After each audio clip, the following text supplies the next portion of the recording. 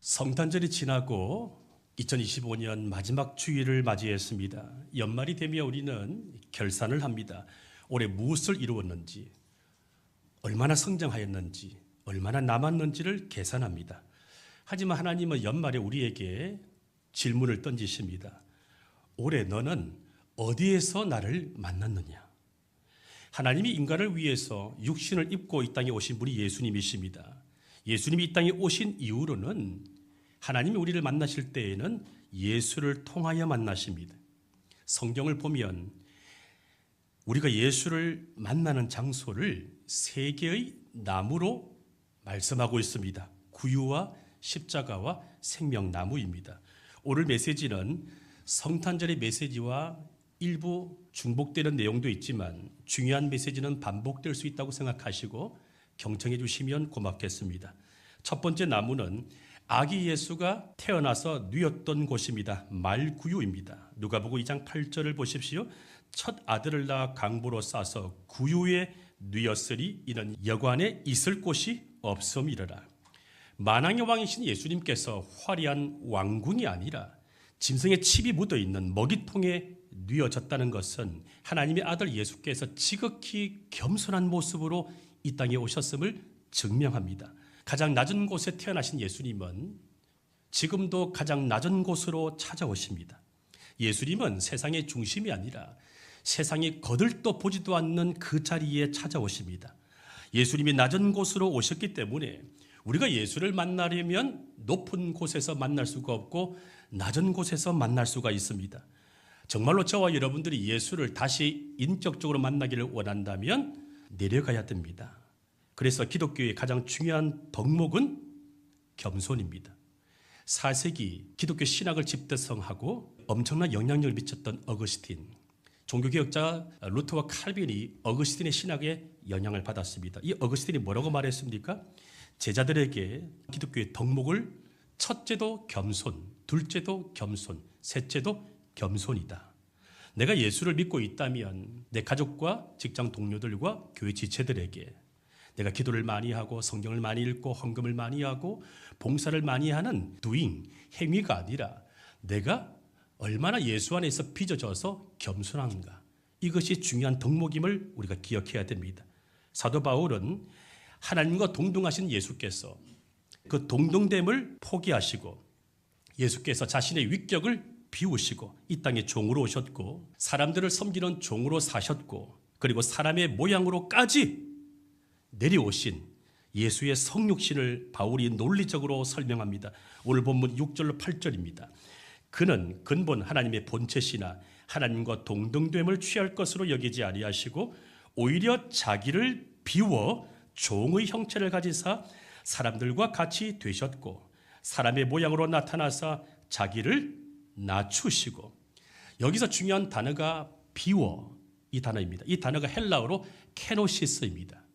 이 뜻이 뭐냐면 비우다는 거예요. 자기 비움, 자기 포기, 내려놓음, 낮아짐을 뜻합니다.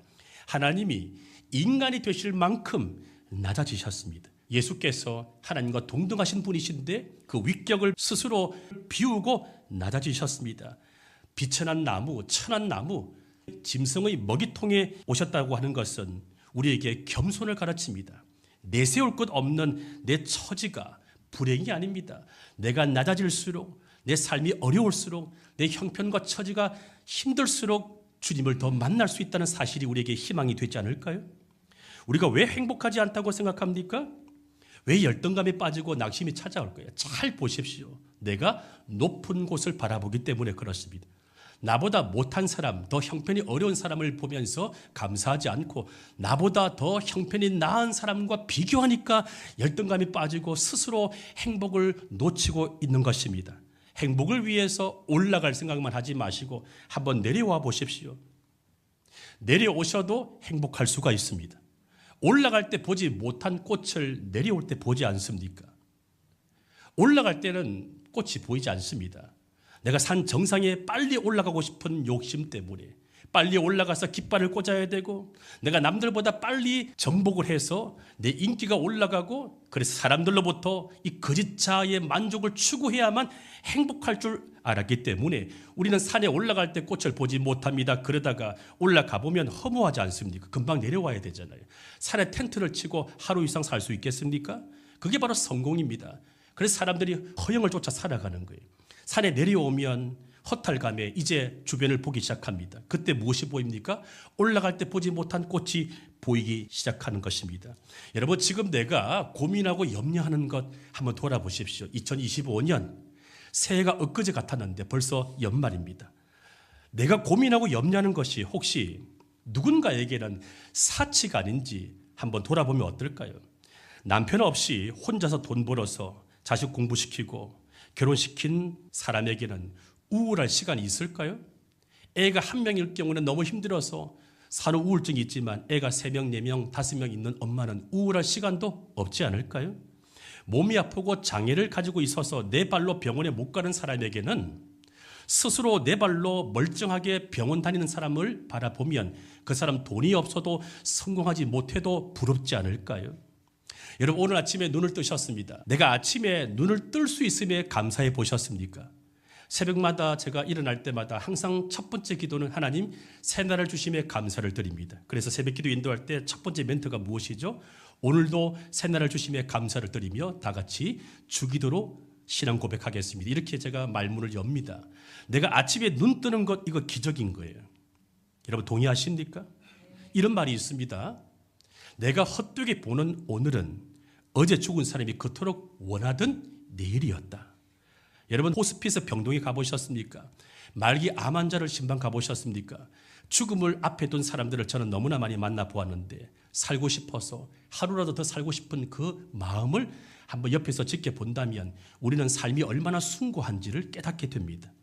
혹시 한 해를 살아오시면서 남들보다 더 이루지 못해서 돈을 더 많이 못 벌어서 혹시 불행하다고 생각한다면 송구영신 예배를 드리기 전까지 단 3일만이라도 가족과 친지들 가운데 혹은 직장 동료들과 교회 지체들 가운데 나보다 더 어려운 사람, 병든 사람, 소외된 사람, 외로운 사람, 아픈 사람을 찾아가서 손잡아 주시고 사랑을 한번 실천해 보면 어떨까요? 이전에 느끼지 못한 예수의 마음이 올라오지 않을까요? 이것이 바로 겸손의 미덕이구나. 농사를 짓는 사람들은 농사를 짓기 때문에 몸이 골병듭니다. 그래서 농사를 통한 기쁨이 별로 없습니다. 저도 아버지가 농부였거든요. 그런데 도시에 살다가 한 번씩 취미 삼아 식물을 재배하면 힐링이 되죠. 늘 요양원에서 어른들을 돌보는 사람들은 뼈마디가 쑤시고 아프고 너무 감정 노동도 많고 힘들 것인데 바쁘게 각박하게 살아가다가 그렇게 연로한 분, 몸이 불편한 분을 만나서 봉사하다 보면 영혼이 정화되는 것을 보게 되죠. 우리에게 이런 비일상화가 필요합니다. 비일상화. 내가 지금 걱정하고 염려하고 있는 것 2025년 마지막 주일을 보내면서 혹시 이 걱정과 염려와 고민이 사치가 아닌지를 한번 생각해 보십시오. 나의 사치가 누군가에게는 치명적인 상처가 될 수 있음을 우리가 알아야 됩니다.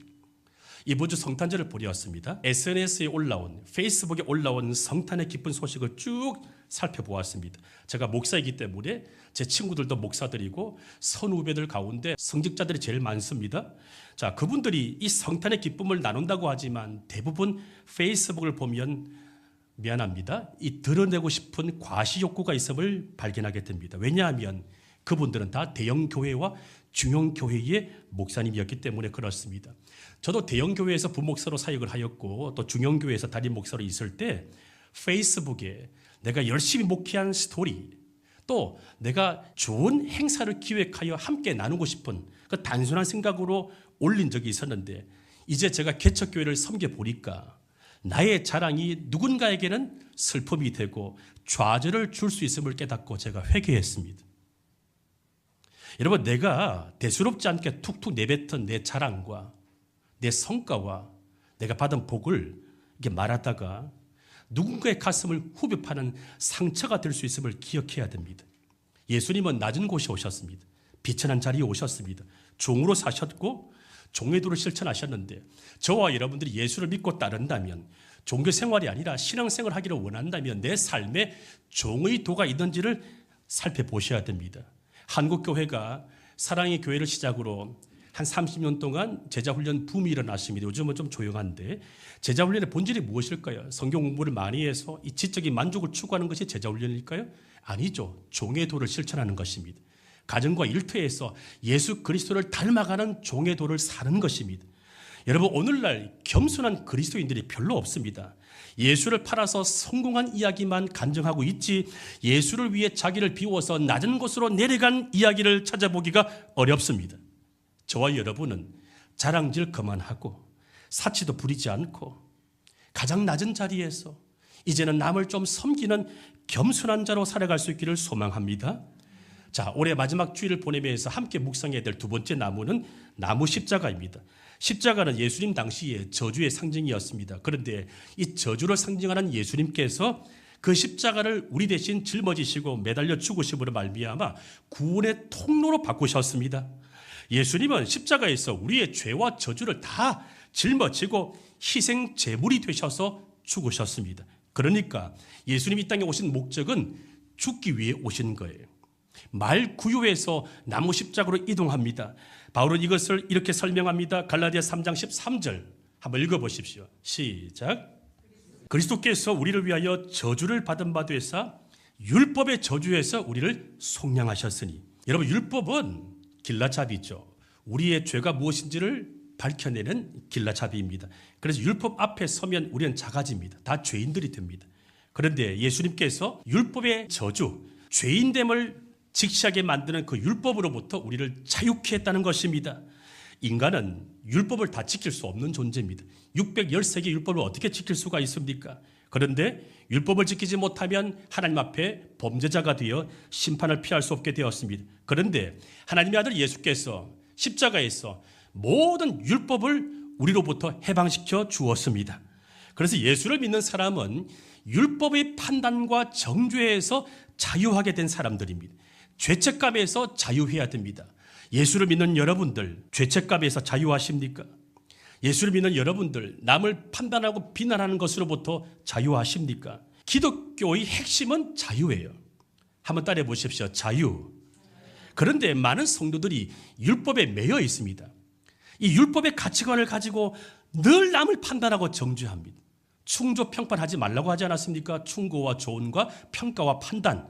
그런데 항상 율법적인 시각으로 남을 판단하기 바쁘고 아니면 자기를 판단하여 죄책감에 눌려 있습니다. 남을 판단하든지 자기를 판단하든지. 그래 자유하지 못합니다. 왜 그럴까요? 나무 십자가를 바라보지 않기 때문입니다. 나무 십자가를 묵상하지 않기 때문에 끊임없이 남을 판단하고 나를 판단하고 남을 판단하여 정죄하여 불화를 만들고 나를 판단하여 죄책감의 포로가 되어 있습니다. 십자가에서 나의 죄를 율법으로부터 무너져 있는 나의 실존적인 죄를 대속하기 위해서 죽으신 예수의 그 사랑을 늘 우리가 떠올려야 됩니다. 신자들이 자유하지 못하는 것은 이 율법과 판단뿐만 아니라 육신의 질병도 마찬가지입니다. 자유하지 못합니다. 예수님께서 나무 십자가에서 못 박혀 죽으실 때에 나의 질병도 끌어안고 함께 대속하셨습니다. 그래서 십자가를 붙들고 이 육신의 질병이 고침받도록 병에서 자유를 얻도록 우리는 치유를 사모해야 됩니다. 베드로전서 2장 24절입니다. 칠이 나무에 달려 그 몸으로 우리 죄를 담당하셨으니 이는 우리로 죄에 대하여 죽고 의에 대하여 살게 하려 하심이라. 그가 채찍에 맞음으로 우리를 대신하여 채찍에 맞음으로 그 고통을 당하심으로 너희는 어떻게 되었다고요? 나음을 얻었나니. 베드로는 육신의 질병이 죄로 말미암을 수 있다고 진단하였습니다. 예수가 나 대신 채찍을 맞으셨고 나의 고통을 대신 짊어지셨다면, 나무 십자가에서 나의 병을 다 끌어안고 대속하셨다면 혹시라도 내가 죄를 회개함으로써 육신의 질병으로부터 자유할 수 있음을, 그 십자가의 복음을 알라는 것입니다. 예수님께서도 중풍병자를 고치실 때 뭐라고 하셨습니까? 내가 죄사함을 받았다. 죄사함과 질병 치유를 같이 말씀하시는 거예요. 인간의 병이 우연히 자연 발생적으로 노화의 현상으로 생물학적으로 우연히 일어날 수도 있지만 죄와 깊은 연관이 있음을 예수님이 말씀하셨습니다. 병의 원인은 여러 가지입니다. 하지만 만약에 죄로 인하여 나쁜 습관으로 인하여 생긴 육신의 병이라면 회개하면 빨리 낫습니다. 그래서 다윗이 이렇게 고백하지 않습니까? 중요한 말씀이에요. 시편 32편 1절 3절. 자, 한번 읽어보십시오. 큰 소리로 시작. 내적 치유 사역을 한다든지 묶여있는 사람들한테 해방을 주기 위해 이 말씀으로 많은 권면을 드리죠. 허물의 삶, 죄, 간사함, 속임수, 정죄, 다 이것이 부정적인 죄와 연동되어 있는 것이죠. 자, 그런데 다윗이 3절에서 중요한 말씀을 던집니다. 내가 끄집어내지 아니하면, 토해내지 아니하면 하루 종일 고통스러워서 신음하는 거예요. 그러면 어떻게 된다고요? 뼈가 쇠하게 된다. 여러분, 실제로 남을 미워하고 용서하지 못한 죄를 회개하지 않으면 뼈가 상하는 질병이 올 수 있음을 깨달으셔야 됩니다. 꼭 그런 것은 아닙니다. 항상 이것이 맞는 말은 아니지만 저의 목회 경험에 의하면 그럴 수도 있다고 이해해 주십시오. 꼭 그런 것은 아니지만 류마티스를 비롯한 이 뼈 질환 가운데 상당수는 미움과 정오심과 복수심이 깔려 있더라는 거예요.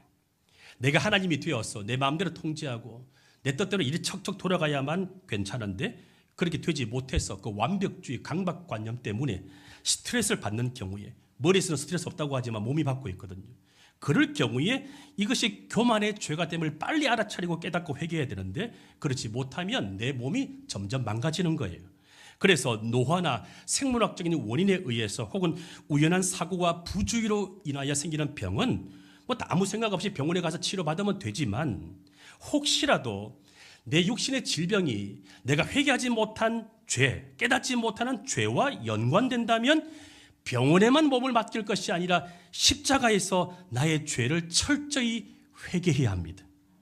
주님, 내 안에 미워하고 용서하지 못하는 죄가 있사오니 하나님 은혜를 베풀어 주셔서 이제는 용서하며 살게 도와주십시오. 우리가 영혼을 가지고 있는 존재입니다. 그래서 우리가 죄를 짓고 남을 미워하고 정오하고 분노에 차오르면 내 영혼과 하나님 사이에 단절, 갈등이 벌어져서 예배가 안 되고 기도가 안 되고 말씀이 안 들리는 거예요. 누가 손해일까요? 내가 손해죠. 여러분, 손가락이 5개입니다. 제가 남을 향하여 비난하고 정죄합니다. 너 하는 순간, 자 보세요. 손가락 2개는 어디를 향하고 있어요? 남을 향하고 있죠. 3개는 어디를 향하고 있어요? 나를 향하고 있는 거예요. 그래서 내가 사람들에게 상처받을 때 나는 저 인간에게 고통을 당하고 피해를 입었기 때문에 충분히 복수할 자유가 있다고 생각하지만 그렇게 미워하고 정오심을 품게 되면 내 세포가 병들어 버립니다. 그래서 일산의 암병원에 가보면 30대 분들 가운데 암 환자들이 너무나 많더라고요. 왜 그럴까요? 스트레스, 상처, 정오심, 복수심 때문에 그렇다는 거예요. 하나님께 맡기지 못하는 거죠. 자, 문제는 마음의 병입니다. 오늘날 우리 현대인들은 마음의 병이 있어요. 특히 슬픔과 우울이 많습니다. 저도 목사지만 솔직히 고백할까요? 저도 우울증이 찾아오면 괴롭습니다. 슬픔이 찾아오면 괴로워요. 이유를 알 수 없는 마음의 곤고함이 찾아오면 잠을 못 자죠. 금요일날 새벽기도에는 한숨도 못 자고 새벽기도 말씀을 인도했습니다. 목사도 이렇게 실험하는 거예요. 늘 충만하지 않습니다. 하지만 이것이 3일을 못 가도록 날마다 십자가 앞에서 토해내는 거죠. 그거밖에 차이가 없습니다. 그런데 이 슬픈 감정이 밀려올 때 그냥 찾아왔다고 생각하지 마시고 슬픈 감정, 우울한 마음을 술 마시고 커피 마시고 맛집에 가서 음식을 먹고 풀 것만 생각하지 마시고 그래서 풀어지면 다행인데 그래도 풀려지지 않는다면 주님 앞에서 이 상한 감정을 가지고 와서 실험해야 돼요. 영성 일기를 쓰시든지 방언 기도를 하시든지 토해내든지 찬양을 부르든지 이 감정을 끄집어내셔야 돼요. 내 옆에 배우자나 친구에게 끄집어내는 것은 그 사람 피곤할 수가 있습니다. 주님 앞에 엉엉 울면서 밤새 부르짖어 기도해야 됩니다. 왜냐하면 내 안에 이 슬픔이 올라올 수밖에 없는 아직도 치료되지 못한 상처가 있기 때문에 그렇습니다. 저와 여러분들은 지금 치료 과정 중에 있습니다.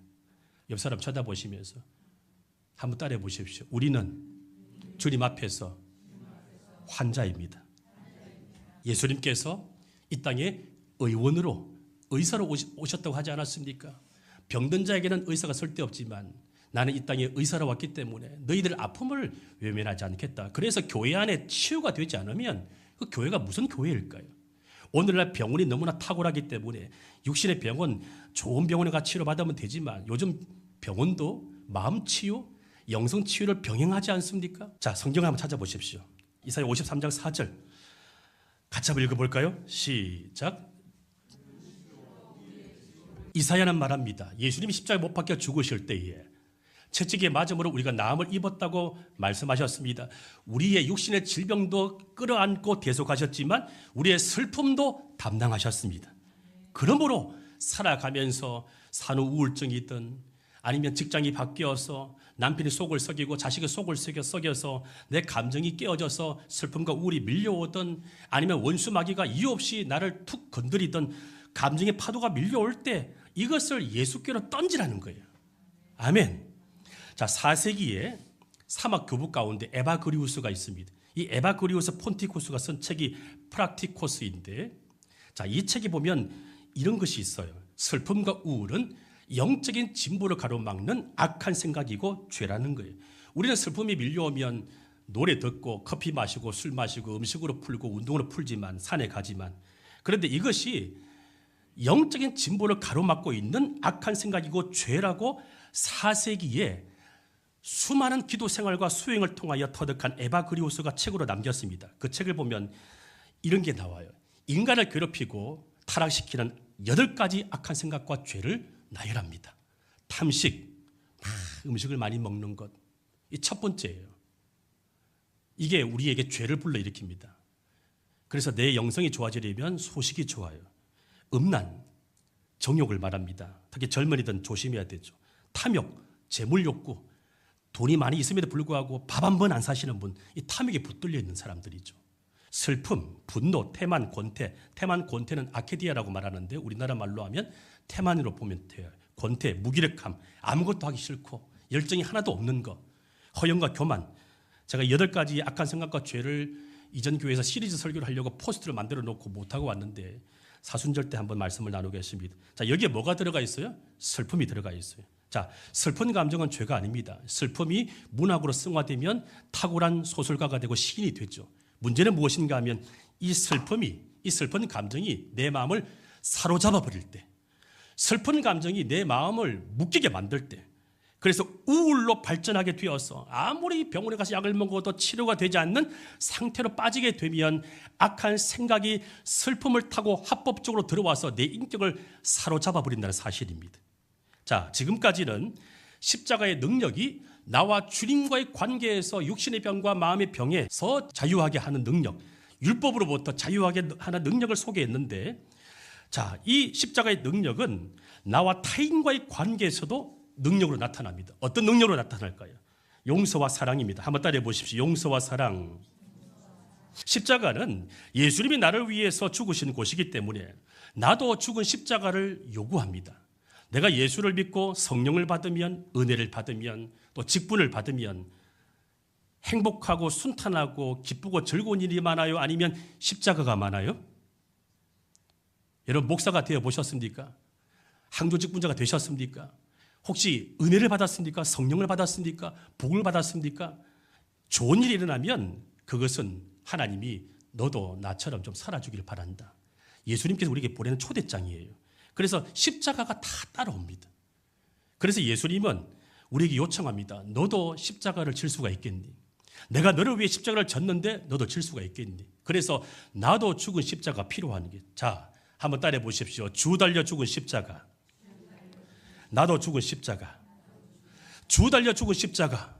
저 십자가를 바라보면서 예수의 속죄하심, 나의 죄를 속죄하셔서 십자가를 바라보면, 예수를 믿으면 우리의 죽으면 어디 가죠? 천국 가죠? 그런데 질문해 볼까요? 천국 빨리 가시고 싶은 소원 한번 들어보십시오. 권사님 빼고.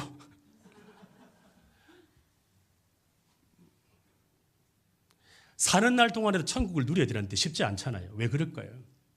성화가 되지 않았기 때문에. 나도 죽은 십자가가 없기 때문에 그렇습니다. 그래서 십자가는 예수를 믿는 우리에게 이 자아의 죽음을 요청합니다. 이중표 목사님은 이것을 별세신앙이라고 말했죠. 별세신앙.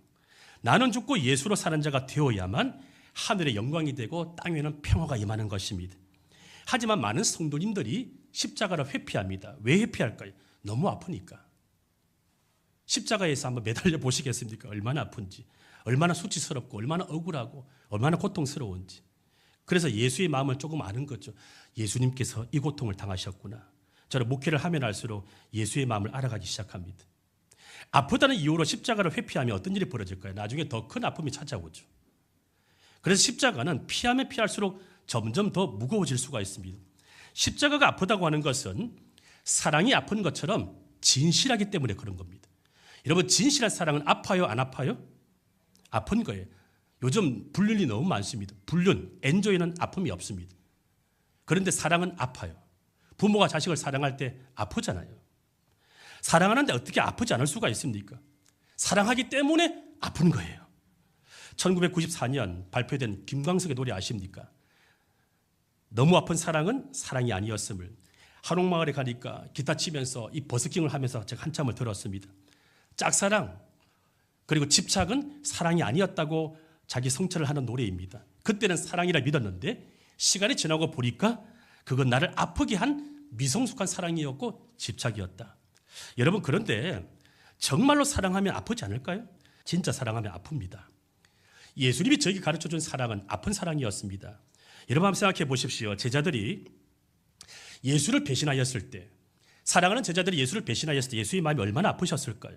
수많은 군중들이 예루살렘으로 오시는 예수를 향하여 손을 들고 종려나무 가지를 흔들면서 호산나 외쳤던 그들이 어느 날 예수가 로마의 압제로부터 해방시켜줄 정치적인 메시아가 아니라 십자가에 힘없게 매달려 죽을 수밖에 없는 나약한 예수를 알게 된 후부터 돌변하여 십자가에 못 박으라고 하지 않았습니까? 죄 없는 예수는 십자가에 못 박고 죄가 많은 범죄자는, 강도는 십자가에서 내려오라고 하는 이 모순, 그 이야기를 들었을 때 얼마나 예수의 마음이 아팠을까요? 로마의 군인들이 예수의 옷을 벗기고 침을 뱉고 머리에 가시관을 씌우고 네가 유대인의 왕이야? 조롱하면서 십자가에 못을 박으려고 예수를 끌고 갔을 때 예수의 마음이 얼마나 아팠을까요?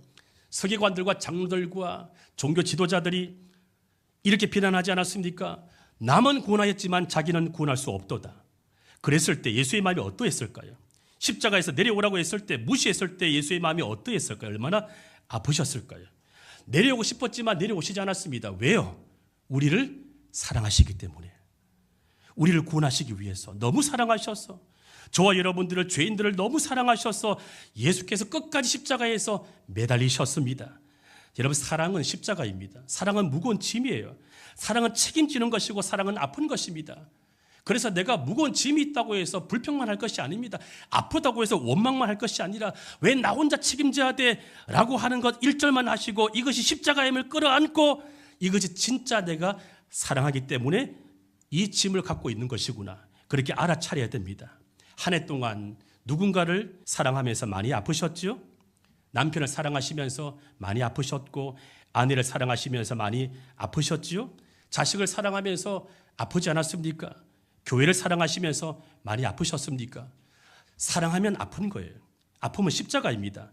십자가에서 보여주신 하나님의 사랑, 십자가에 매달리신 예수님의 사랑은 너무 아픈 사랑이었습니다.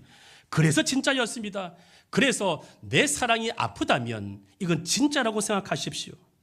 그러면서 사랑하면서 아팠던 내 마음을 내가 위로해 주십시오. 이번 주 마지막 주일 아닙니까? 한번 혼자 있을 때 커피 마시면서 밤에 잠자기 전에 한번 내가 나를 위로해 주십시오. 고맙다 친구야, 수고했다 친구야. 내가 나를 한번 만져주십시오. 한번 연습해 볼까요? 고맙다 친구야, 수고했다 친구야. 십자가는 예수님의 실패가 아닙니다. 예수님께서 우리를 사랑하는 방식을 보여주는 거예요. 내려오고 싶지 않았겠습니까? 하지만 사랑하기 때문에 끝까지 매달려 계셨습니다. 끝까지 매달렸기 때문에 저와 여러분들을 구원하셨습니다. 여러분, 누군가를 사랑하기가 너무 힘들 거예요. 이제는 방식을 한번 바꾸어 보십시오. 그를 변화시키려고 하지 마시고 그를 판단하지도 마시고 어차피 불가능하잖아요. 그를 바꾸려고 하지 말고 판단하지도 말고 미워하지도 말고 그 사람을 판단하고 있는 나, 미워하는 나, 용서하지 못하는 나, 사랑하지 못하는 나를 십자가에 못 박으십시오. 이게 예수의 방식이에요. 한번 바꿔보십시오. 바울은 예수께서 자기를 낮추시고 십자가에 죽기까지 하나님께 복종하셨음을 기록합니다. 빌립보서 2장 8절입니다. 사람의 모양으로 나타나서 자기를 낮추시고 죽기까지 복종하셨으니 곧 십자가에 죽으십니다. 여기서 낮추시고 헬라 단어가 타페이노입니다. 낮추다, 겸손하게 하다, 나를 천하게 여기다, 굴복시키다, 이런 뜻입니다. 왜 용서가 안 될까요? 왜 사랑이 안 될까요? 이유가 무엇입니까? 왜 예수처럼 십자가를 지기 싫어할까요? 나를 낮추지 않기 때문이죠. 나를 드러내야 되고, 내가 높임을 받아야 되고, 상대방을 굴복시켜야 되고, 내가 겸손하지 않아서 그렇습니다. 그러니 용서가 없고 사랑이 없고, 그러니 남을 이해하지 못합니다. 내가 조금만 더 내려가면, 케노시스, 나를 비웠어. 타페이노, 나를 낮추었어. 조금만 밑에 내려가면 영어로 이해하다가 언더스탠드 아닙니까? 내려가면 다 남을 나보다 낮게 여기니까 이해가 되고, 이해가 되면 용서가 되고, 용서가 되면 사랑할 수 있지 않을까요? 교회 다니는 사람들이 서로 이해하고 사랑하고 용서하지 않는데 세상 사람들이 어떻게 교회로 올 수가 있을까요? 예수님께서는 서로 사랑하라고 그 계명을 주시고 십자가에 못 박히셨습니다. 우리에게 타페이노, 낮아지는 것과 케노시스, 비움이 있어야만 이것이 가능하고, 이것을 깨닫게 하시려고 주님께서 우리에게 말씀해 주시는 것입니다. 마지막 한 가지 나무를 소개합니다. 생명나무입니다. 한번 따라해 보십시오. 생명나무. 십자가에 죽으신 예수님께서 부활하신 이후에 우리에게 영생을 주시는 생명나무가 되셨습니다. 요한계시록 2장 7절입니다. 한번 읽어보실까요? 시작. 처음 사람 아담과 하와가 범죄함으로 말미암아 에덴 동산에 추방당할 때 차단되었던 생명나무가 이 땅에 둘째 아담으로 오신 예수께서 나무 십자가에 매달려 희생 제물이 되심으로 말미암아, 죽으심으로 말미암아 다시 생명나무로 가는 길이 열렸습니다. 부활하신 예수께서 우리에게 생명나무가 되셨습니다. 생명나무이신 예수님께로부터 우리가 생명나무의 열매, 생명의 열매를 받아 먹게 되었으니 이것이 복음이죠. 이 생명 열매를 받아 먹기 위해서 저와 여러분들이 말구유를 묵상하시고 나무 십자가에서 주님과 연합해야 됩니다. 예수의 제자 도마가 부활하신 예수를 의심하면서 예수의 몸에 못자국이 있으면 내가 믿겠다라고 했을 때 예수님께서 8일 후에, 며칠 뒤에요? 8일 후에 도마가 충분히 생각할 수 있는 시간을 준 후에 이렇게 말씀하셨습니다. 요한복음 20장 27절입니다. 내 손가락을 이리 내밀어 내 손을 보고 너의 손을 내밀어서 내 옆구리에 넣어보라. 그리하여 믿음 없는 자가 되지 말고 믿는 자가 되라. 무엇을 말씀하시는 거예요? 십자가는 상처입니다. 피를 흘리는 곳입니다. 그러나 그 십자가의 상처는 영광의 흔적입니다. 생명나무는 다른 곳에 있지 않습니다. 어디에 있을까요? 나무 십자가에 있는 거예요. 부활을 기대한다면 2026년 새해를 맞이해서 회복과 반전과 부활을 꿈꾸십니까? 한 해를 보내기 전에 나무 십자가에서 주님과 내가 연합해야만 생명나무가 되셔서 나에게 생명의 열매를 주시는 거예요. 그래서 바울은 이 생명의 열매를 가리켜 예수의 흔적이라고 말합니다. 갈라디아서 6장 17절입니다. 이후로는 누구든지 나를 괴롭게 하지 말라. 내가 내 몸에 무엇을 가졌다고요? 예수의 흔적을 가졌노라. 여러분, 예수의 흔적이 있으신가요? 예수 믿고 나서 내가 가족을 위해, 교회를 위해, 누군가를 위해서 내가 예수의 흔적을 가졌습니까? 가끔은 새벽에 일어나기 싫을 때, 하루에 1시간 기도하기 싫을 때, 말씀 준비하기 싫을 때, 어제는 왜 그렇게 설교 준비하기 싫은지. 하지만 이 몸을 억지로 의지를 동원하여 끌고 와서 수고하는 것, 이게 바로 몸으로 봉사하는 것이고 몸의 순종이죠. 이 예수의 흔적이에요. 여러분은 어떤 예수의 흔적이 있으신가요? 생명 열매를 맺기 위해서 십자가를 지면, 몸으로 십자가를 지면 어떠한 비바람에도 흔들리지 않는 큰 나무가 되죠. 어떠한 고난에도 끄떡없고 무슨 일을 당해도 다시 원위치로 돌아오는 오뚜기가 됩니다. 한번 따라해 보십시오. 큰 나무, 오뚜기. 사도 바울이 이것을 고린도후서 4장 7절로 10절에서 설명합니다. 자, 같이 한번 읽어보겠습니다. 시작. 우리가 이 보배를 질그릇에 가졌으니 이런 능력의 힘이 큰 것이 하나님께 있고 우리에게 있지 아니함을 알게 하려 함이라.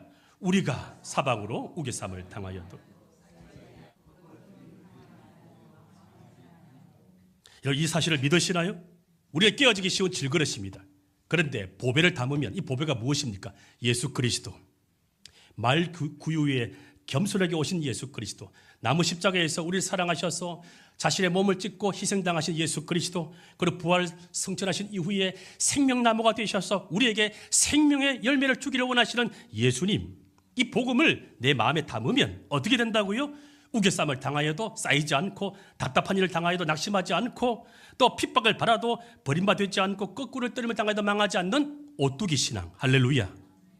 요즘 말로 하면 회복 탄력성이죠. 큰 나무예요. 교회를 개척하면서 얼마나 많이 흔들리는지. 저도 흔들립니다. 바람이 별로 안 부는데도 막 흔들리더라고요. 이렇게. 얼마나 많이 흔들리는지. 왜 웃으시는가요? 왜 그렇죠? 땅에 뿌리를 내리는 시간이 필요한 거예요. 그런데 큰 나무는 흔들리지 않습니다. 내가 큰 나무인지는 내 배우자가 알고, 자식이 알고, 엄마 아빠가 예수를 잘 믿는지 안 믿는지를 자식은 다 보고 있거든요. 우리가 서로 다 알잖아요. 직장에 가면 다 알잖아요. 내가 나무인지 나무가 아닌지. 바울은 십자가를 몸으로 순종하면 부활의 능력, 생명나무의 열매를 몸으로 얻게 된다고 말합니다. 고린도후서 4장 10절. 우리가 항상 예수 죽인 것, 십자가를 몸에 짊어지면 예수의 생명 부활도 생명나무의 열매도 우리 몸에 나타나게 하려 함이라.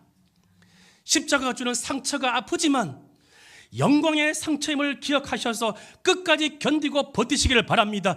큰 나무가 되실 때까지 뿌리를 내리시기를 바랍니다. 오뚜기 신앙이 되어서 거꾸로 때리면 당하여도 망하지 않고, 핍박을 받아도 버림받지 않고, 답답한 일을 당하여도 낙심하지 않는 저와 여러분 될 수 있기를 축원합니다. 예수님께서는 부활 승천하신 이후에 이 땅의 교회가 그렇게 되어야 한다. 교회들이 고난을 이겨서 생명나무의 열매를 받아 먹으라고 우리에게 말씀하십니다. 요한계시록 2장 7절입니다. 귀 있는 자는 성령이 교회들에게 하시는 말씀을 들을지어다. 이기는 그에게는 내가 하나님의 낙원에 있는 생명나무의 열매를 주어 먹게 하리라. 이기는 비결이 뭘까요? 고난과 시험을 이기는 비결, 마귀를 이기는 비결이 무엇입니까? 예수의 말구유가 우리에게 보여준 겸손, 예수의 나무 십자가가 보여준 희생, 겸손과 희생으로만 고난을 이길 수가 있습니다. 마귀와 싸워서 이길 수가 있습니다. 이거 없이 어떻게 이길 수가 있을까요? 예수님께서는 사는 날 동안에 하늘 보좌에서 이 땅으로 내려오셔서 하나님과 동등하신 분이시지만 그 위격을 버리고 종의 도로 사셨고, 죽는 날에는 십자가에서 우리를 구원하시기 위해서 희생 제물이 되셨고, 그래서 마귀와 싸워서 이겼습니다. 예수가 십자가에 죽기 전까지는 마귀와 세상이 이긴 것 같았지만, 종교가 이긴 것 같았지만, 예수가 완전히 죽으시고 부활하심으로 말미암아 예수가 이기시는 거예요. 저와 여러분들이 부활의 열매까지, 생명나무의 열매까지 가야 되는데, 안타까운 사실은 말구유 근처에 가다가 다 포기하지 않습니까? 나무 십자가 근처도 안 가고, 부활의 영광은 나와 상관없고 교리적으로만 받아들이고 있는, 여러분, 예수의 부활은 내 부활로 실존으로 다가옴을 기억하시기 바랍니다. 이렇게 사니까, 이렇게 예수가 사니까 하나님은 어떻게 하셨습니까? 예수를 높여주셨습니다. 오늘 본문 클라이막스입니다. 9절로 11절입니다. 이러므로 하나님이 그를 지극히 높여 모든 이름 위에 뛰어난 이름을 주사 하늘에 있는 자들과 천사들과 땅에 있는 자들, 죽은 사람들과 땅 아래 있는 자들로 모든 무릎을 예수의 이름에 꿇게 하시고, 11절을 같이 한번 읽어볼까요? 큰 소리로 읽겠습니다. 시작.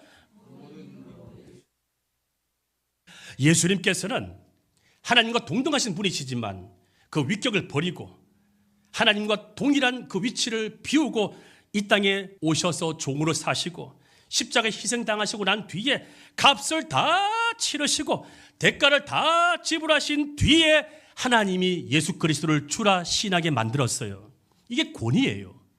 섬김 없이 희생 없이 어떻게 권위가 생깁니까? 성도 여러분, 가정에서 일터에서 내가 예수를 믿으면서 종의 도를 살지 않고 섬기지 않고 희생하지 않고 어떻게 그가 나를 믿을 수가 있을까요? 인정할 수가 있을까요? 이렇게 살아감으로 말미암아 하나님께서 영광을 받으셨습니다. 우리도 이겨야만 예수의 부활이 내 부활 될 수가 있습니다. 그 열매가 뭐라고요? 생명나무의 열매입니다. 바로 영생이고 회복이고 기쁨이고 평화입니다. 한 해를 돌아보십시오. 내가 어디에서 행복을 찾고 어디에서 내가 하나님을 찾았는지. 하나님은 구유에서, 나무 십자가에서, 생명나무에서 우리를 만나자고 초대하십니다. 우리가 이 세 가지 나무에서 예수를 만날 수 있다는 이 진리를 깨닫는다면 내가 실패한 것도 주님의 사랑 때문이었습니다. 내가 넘어진 것도, 내가 추락한 것도 주님의 사랑 때문이었습니다. 내가 그 사람에게 배신당한 것도 주님의 사랑 때문이었습니다. 주님, 나로 하여금 말 구유의 겸손을 깨닫게 하시려고, 나로 하여금 나무 십자가의 희생을 깨닫게 하시려고, 나로 하여금 생명나무가 주는 생명의 열매, 영생을 나에게 열매 맺게 하시려고 이렇게 여기까지 인도하셨군요. 주님 감사합니다. 주님 사랑합니다.